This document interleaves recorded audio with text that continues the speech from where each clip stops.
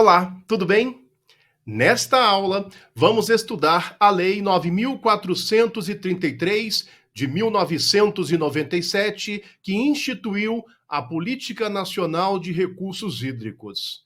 Vamos ao estudo de um dos elementos estruturantes da vida, que é a água. Portanto, temos um diploma legal no nosso país exclusivamente para a gestão dos recursos hídricos, para a água. A nossa ênfase se concentra nesse diploma, a Lei 9433 de 1997. E a nossa legislação, ela estrutura a gestão dos recursos hídricos, em um primeiro momento, a partir de fundamentos que vão aí nortear essa gestão. E quais são os fundamentos da Lei 9433 de 1997, a Política Nacional de Recursos Hídricos? Olha, a Política Nacional de Recursos Hídricos nos traz aqui o artigo 1º, baseia-se nos seguintes fundamentos. Primeiro fundamento: a água é um bem de domínio público. Água é um bem de domínio público.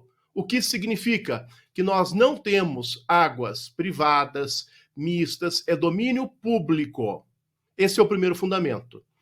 Segundo fundamento: a água é um recurso natural limitado. Acho que nenhuma dúvida, né? Dotado de valor econômico. Esse é o aspecto fundamental. Água é um recurso natural limitado, dotado de valor econômico. Posso cobrar pelo uso da água? Sim. Inclusive, um dos instrumentos da Política Nacional de Recursos Hídricos é justamente a cobrança pelo uso das águas, como veremos. Esse é o segundo fundamento da Política Nacional. Terceiro, em situações de escassez, está faltando água, o uso prioritário, atenção, o uso prioritário dos recursos hídricos é o consumo humano e a dessedentação de animais, isto é, matar a sede dos animais.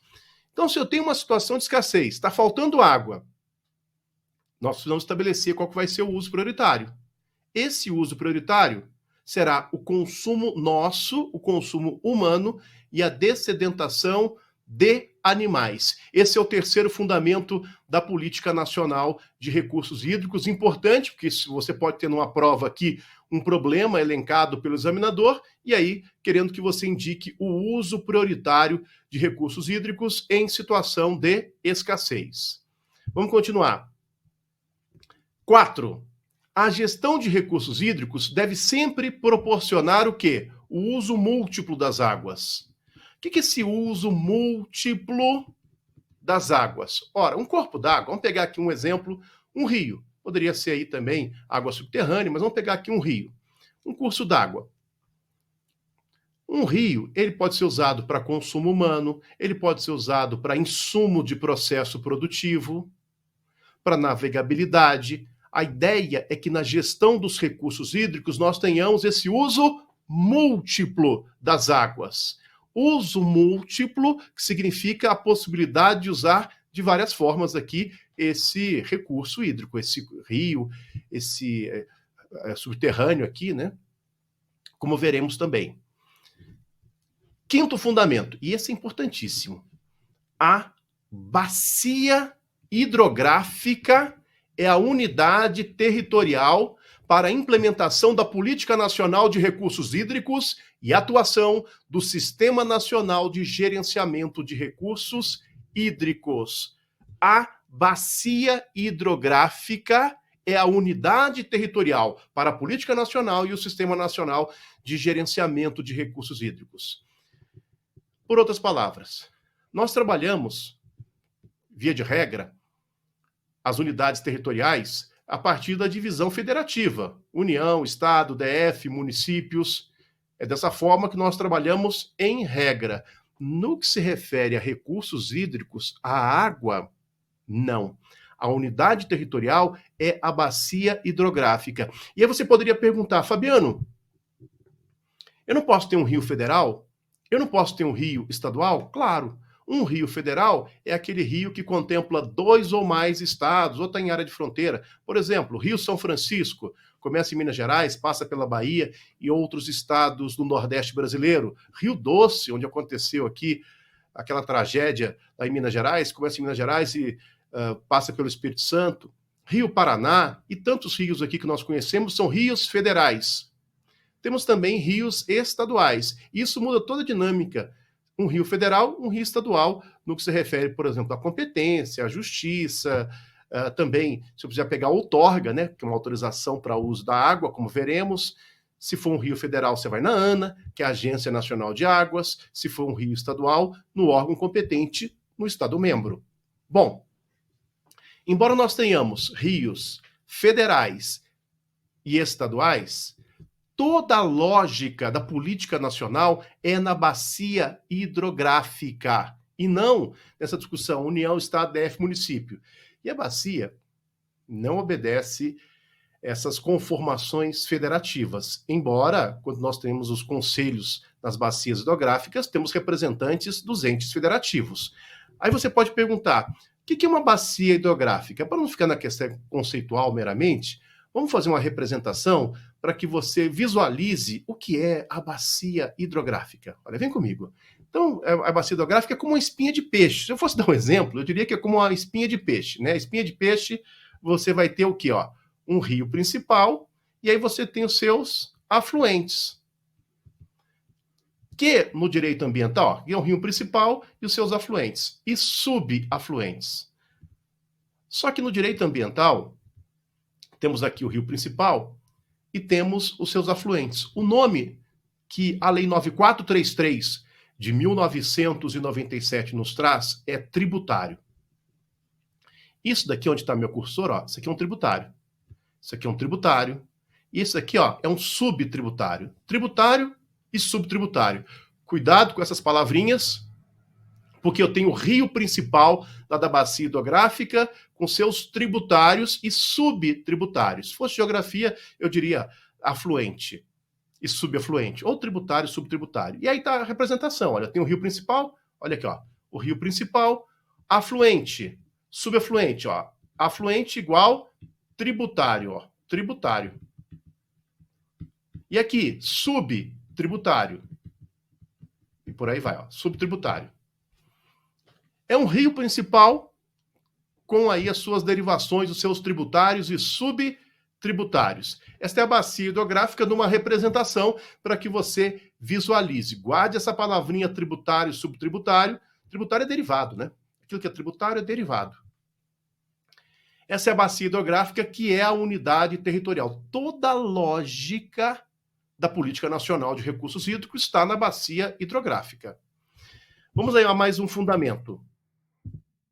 A gestão dos recursos hídricos deve ser descentralizada e contar com a participação do poder público, dos usuários e das comunidades.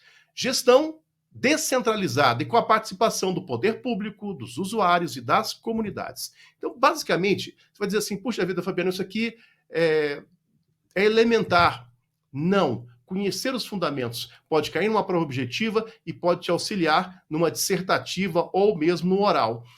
Água é um bem de domínio público. Água é um recurso natural limitado, dotado de valor econômico. Posso cobrar pelo uso da água. Em situação de escassez, o uso prioritário é o consumo humano e a dessedentação de animais. Da mesma forma, devemos garantir o uso múltiplo, temos como unidade territorial a bacia hidrográfica e a participação, ela deve ser descentralizada essa gestão, com a participação do poder público, dos usuários e das comunidades. Esses são os fundamentos. Eu gosto muito de trabalhar esses fundamentos porque eles são muito importantes para os desdobramentos que nós temos e para dar elementos para eventualmente estar dissertando.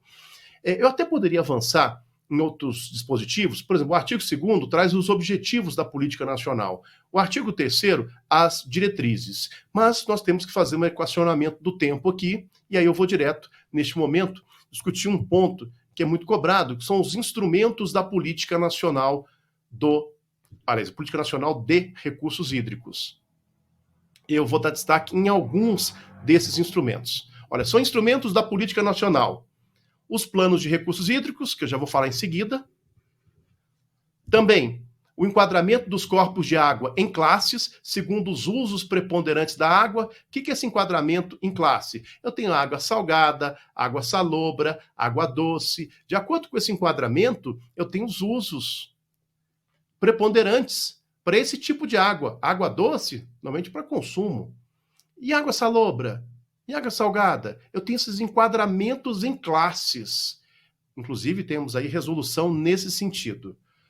Outro instrumento que eu vou dar ênfase é esse daqui, a outorga dos direitos de uso de recursos hídricos. Outorga é uma autorização para que eu possa pegar água num corpo d'água, num aquífero subterrâneo. A outorga é para controlar a quantidade, a qualidade, a disponibilidade dos recursos hídricos, como veremos. Outros instrumentos, a cobrança pelo uso de recursos hídricos. Ora, como fundamento, e acabamos de ver, a água é um bem dotado de valor econômico. Então é possível que tenhamos a cobrança pelo uso de recursos hídricos. A compensação a municípios, que não teve desdobramento, e o sistema de informações sobre recursos hídricos. O nome já diz, o sistema de informações de recursos hídricos. Esses são os instrumentos. Vou começar pontuando com você aqui um deles, que é os planos de recursos hídricos. O que são esses planos de recursos hídricos? Ora, a água é o elemento que sustenta a vida. Sem água, não tem vida e muito menos atividade econômica. E aí é necessário que nós possamos pensar de longo prazo, portanto são planos diretores, os planos de recursos hídricos. Olha, os planos de recursos hídricos são planos diretores. Planos diretores que visam a fundamentar e orientar a implementação da Política Nacional de Recursos Hídricos e o gerenciamento dos recursos hídricos.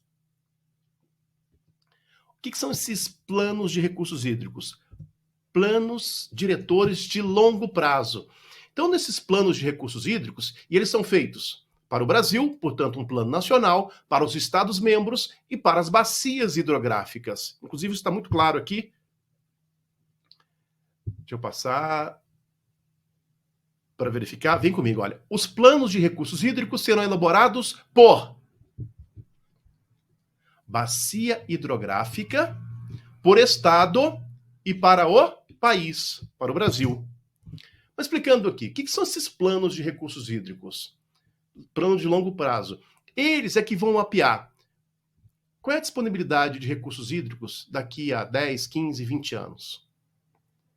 Como é que vai ser o crescimento demográfico, o aumento da população? Como é que vai se dar a questão do uso do solo?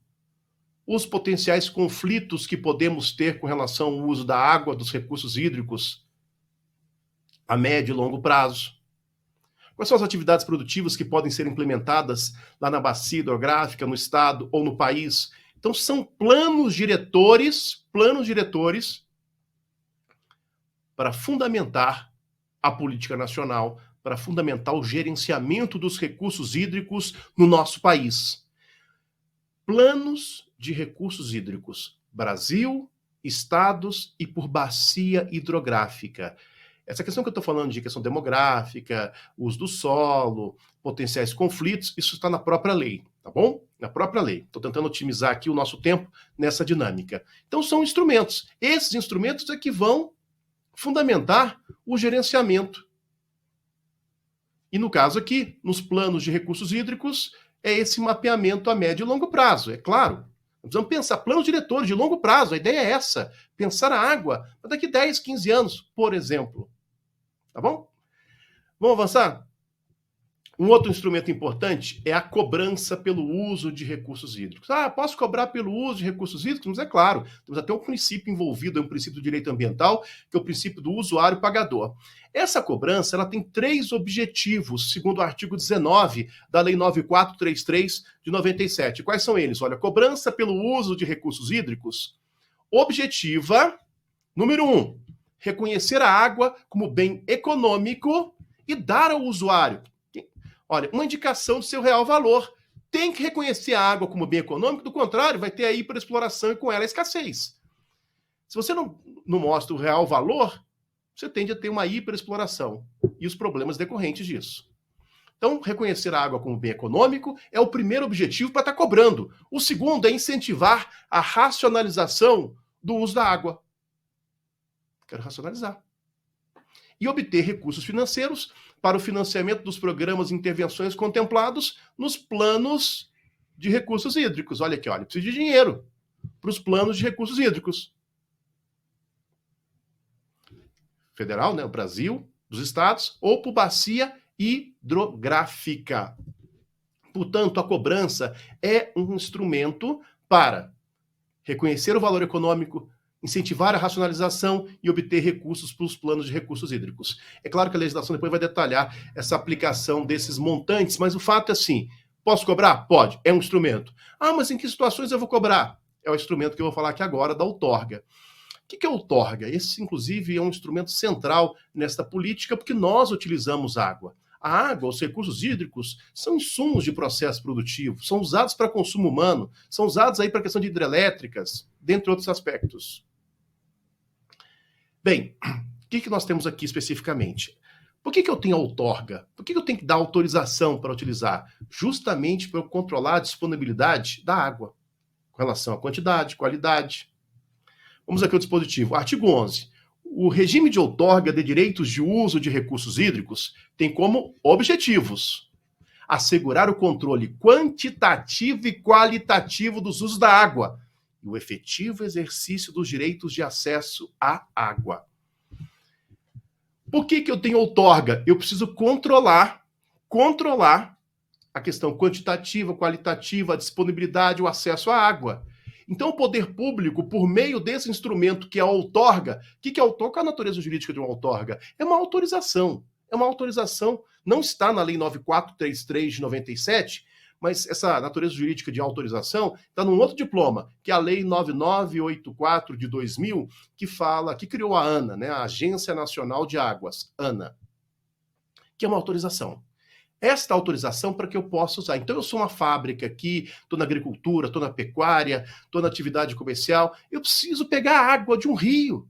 Sou agricultor, preciso de água. Bom, então você precisa ter outorga. Não. Eu tenho uma fábrica aí de cerveja, que seja, de veículos, não importa. A água é utilizada em tudo. Portanto, se faz necessário a outorga. E a lei nos traz as hipóteses aonde será necessário a outorga de direitos de uso de recursos hídricos. E quais são essas hipóteses? Estão sujeitos à outorga pelo poder público os direitos dos seguintes usos de recursos hídricos. Quando é necessário que nós tenhamos outorga? Poder público. Só uma observação aqui, ó. Fabiano, mas que poder público? Depende. Por exemplo, se for um rio federal, você já sabe que é um rio federal, você vai na ANA, na Agência Nacional de Águas. Se for um rio estadual, você vai no órgão ambiental do seu estado. O órgão responsável pelas águas, pelo gerenciamento de recursos hídricos no seu estado. Tá bom? Quais são esses usos? Número 1.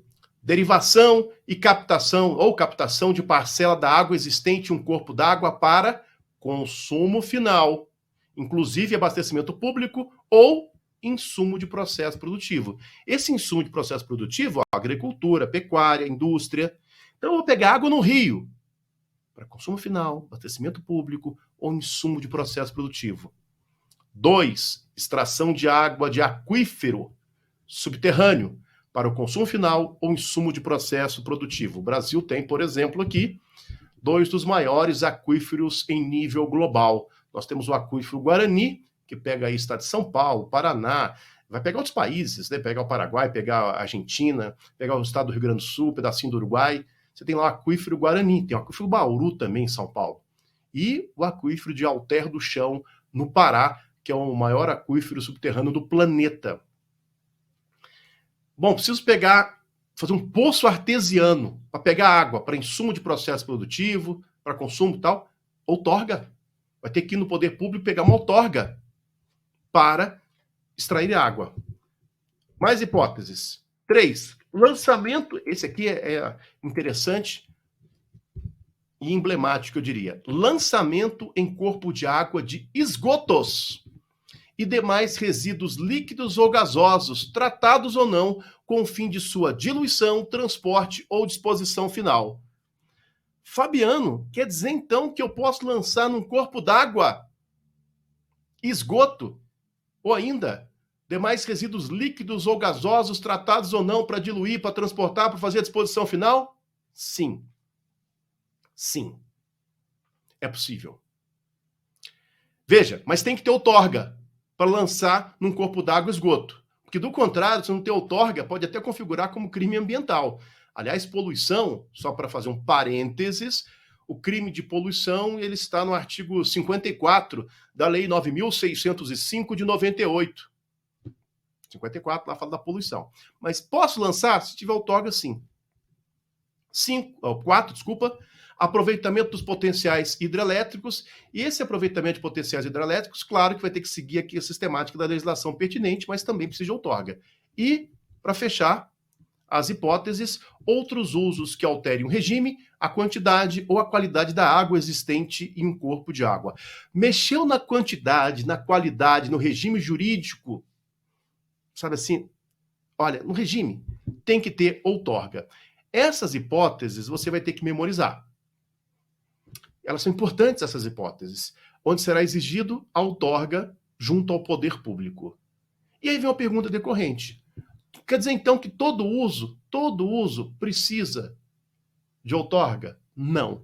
Há usos que independem de outorga junto ao poder público. Independem. Vem comigo. Artigo 12, parágrafo 1º, vai dizer assim, ó, independem de outorga. Não precisa.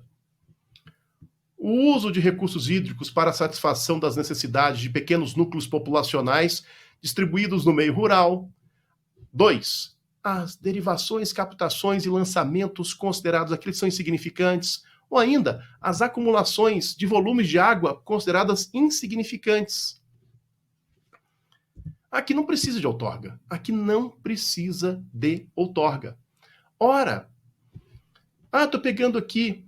tô aqui pegando, botei, sei lá, peguei peguei uns baldes aqui, uns 2, 3 baldes, peguei água no rio. Isso é uso insignificante. Lancei aqui, algo aqui da minha cozinha, aqui, um óleo no rio. Isso é insignificante, não é desejável, claro, mas é insignificante. Você pegou um copo, jogou lá um copo com alguma substância sujeira, algo assim e tal. Isso é insignificante. Embora não se recomende jamais, mas é insignificante no contexto aqui. Não precisa ter uma outorga para isso. Aqueles usos insignificantes, bem como aqueles pequenos núcleos populacionais na zona rural. Numa boa. Tá bom? Numa boa. Uma vez concedida aí a outorga, essa outorga, ela, que é uma autorização, nessas hipóteses que nós elencamos, essa outorga, ela tem prazo, já vou estar pontuando com vocês, 35 anos, né? Até 35 anos renovável. E a outorga, ela não é, fique isso claro, a alienação das águas, porque as águas são inalienáveis. Mas é simples direito de uso. É simples direito de uso. Até vou localizar aqui o dispositivo, só para que eu possa configurar. Vem comigo, olha aqui. Toda outorga de direitos de uso de recursos hídricos far-se-á por prazo não excedente a 35 anos. 35 anos renovável. E o artigo 18 diz: a outorga não implica alienação parcial das águas, que são inalienáveis, mas o simples direito de seu uso. Olha, as águas são inalienáveis, mas o simples direito de seu uso. Bom, olha o prazo. Só que aí, eu confesso até que eu fico um pouco surpreso por uma autorização ter um prazo dessa forma, mas é como consta, como está consignado aqui e tudo. Mas essa outorga, ela está sujeita à suspensão, ela está sujeita aqui à suspensão parcial, total. Mas antes de falar disso, eu só quero ler um dispositivo, que é o artigo 14, só para configurar, e aí eu já falo aqui das hipóteses de suspensão da outorga. Afinal, 35 anos, muita coisa pode acontecer caso tenha sido dado uma outorga com prazo tão elástico quanto esse. Mas só um detalhe com relação à outorga, em especial em Rio Federal. A outorga efetivar-se-á por ato da autoridade competente do Poder Executivo Federal, dos estados ou do DF, de acordo com Bom, aquelas hipóteses. É um rio federal? É um rio estadual? E o Poder Executivo Federal poderá delegar aos estados e ao DF competência para conceder outorga de direito de uso de recursos hídricos de domínio da União. De acordo com o domínio, é que você vai ter a outorga. Isso aqui já seria bastante evidente, mas eu preciso reforçar para evitar alguma surpresa. E quando envolve hidrelétrica, tem uma dinâmica própria. Bom, agora vamos falar então da questão que envolve na outorga.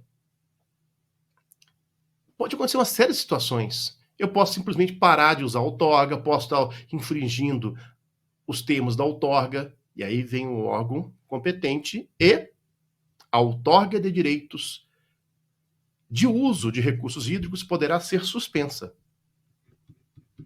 Suspensão que pode ser parcial ou total, ou ainda em definitivo ou por prazo determinado nas seguintes circunstâncias. Então vamos colocar aqui as hipóteses, as circunstâncias que levam o quê? A suspensão de uma outorga. Primeira hipótese, não cumprimento pelo outorgado dos termos da outorga. Está descumprindo a outorga, está descumprindo.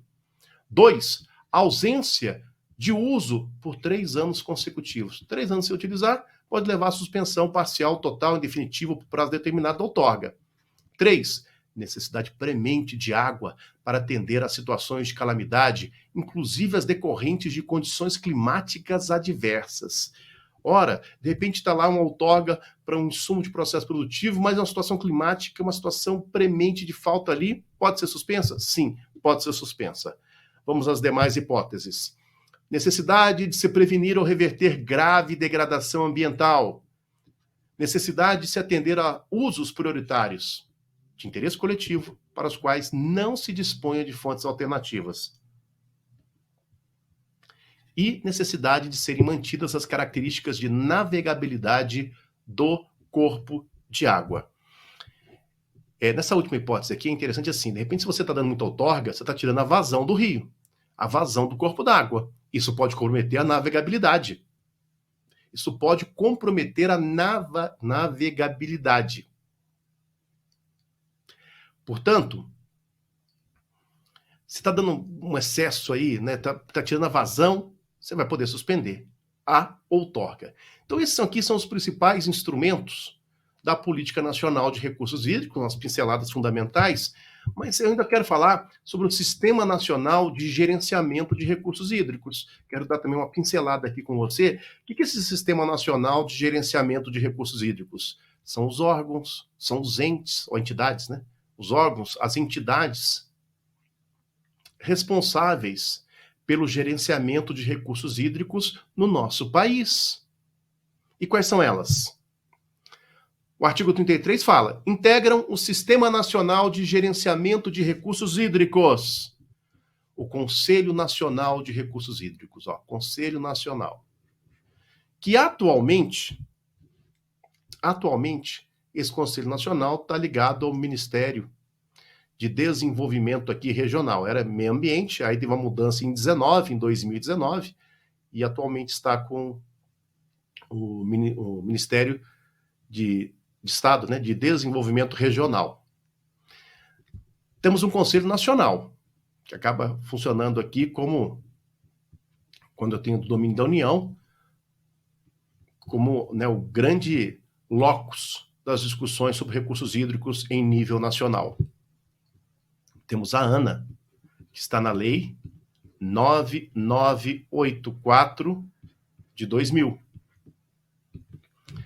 A Agência Nacional de Águas, que é uma agência reguladora e que vai conceder, por exemplo, outorga nos rios federais. Temos também os Conselhos de Recursos Hídricos dos Estados e do DF, e aí, evidentemente, dos Estados e do DF, são os rios estaduais. Os comitês de bacia hidrográfica, e esses comitês podem ser de rios federais, rios estaduais. Em primeira instância, quem discute toda a questão dos conflitos no uso de recursos hídricos são esses comitês de bacia hidrográfica. Esses comitês são a primeira instância. É um rio federal. Uma discussão que começou ali pode parar no Conselho Nacional, ou se é um rio estadual, no Conselho de Recursos Hídricos do respectivo Estado-membro. Temos também aqui 4, os órgãos dos poderes públicos federal, estaduais, do DF, né, do Distrito Federal, e municipais, cujas competências se relacionem com a gestão de recursos hídricos. Também as agências de águas. Essa é a composição aqui que nós temos do Sistema Nacional de Gerenciamento de Recursos Hídricos. E aí eu quero dar uma ênfase aqui, para fechar a discussão, nos conselhos, né? Ou melhor, nos comitês de bacia hidrográfica. Nos comitês de bacia hidrográfica. Olha, os comitês de bacia hidrográfica, que estão aqui no artigo 37, 38 e seguintes, têm a seguinte área de atuação. Eu posso ter um comitê para a totalidade de uma bacia hidrográfica, eu posso ter um comitê para subbacia hidrográfica de tributário do curso de água principal da bacia ou de tributário destributário. Fabiano, não entendi esse negócio de tributário. Está aqui o rio principal, aqui tem um tributário, outro tributário, ó, tributário, ó, subtributário. Aqui é o rio principal, onde está o meu cursor aqui, ó. Ó, um tributário. Então eu posso ter uma bacia, um comitê de bacia, aqui, ó. Um comitê de bacia para o tributário do tributário. É isso que está escrito aqui no inciso de número 2 do artigo 37. Ou grupo de bacias ou subbacias hidrográficas contíguas. Pô, em vez de ter um ou outro aqui, não, faz uma só. E a instituição de comitês de bacia hidrográfica em rios de domínio da União será efetivada por ato do presidente da República. Então aqui é a área de atuação. E claro, no artigo 39 vai trazer aqui as atribuições dos comitês de bacia hidrográfica. Certo? Com isso, vamos encerrando esse bloco em que discutimos os aspectos fundamentais, os aspectos estruturantes da Lei 9433 de 1997 com a Política Nacional de Recursos Hídricos. Diria, para fechar esse bloco, para que você fique atento aos instrumentos da Política Nacional e também aos comitês de bacia hidrográfica. O tempo não foi possível aqui, mas eu diria, pega o artigo 39, porque ele traz ali a questão das competências e também a composição dos comitês de bacia hidrográfica. Tá bom? Agradeço você. Fico te aguardando para o nosso próximo bloco. Muito obrigado.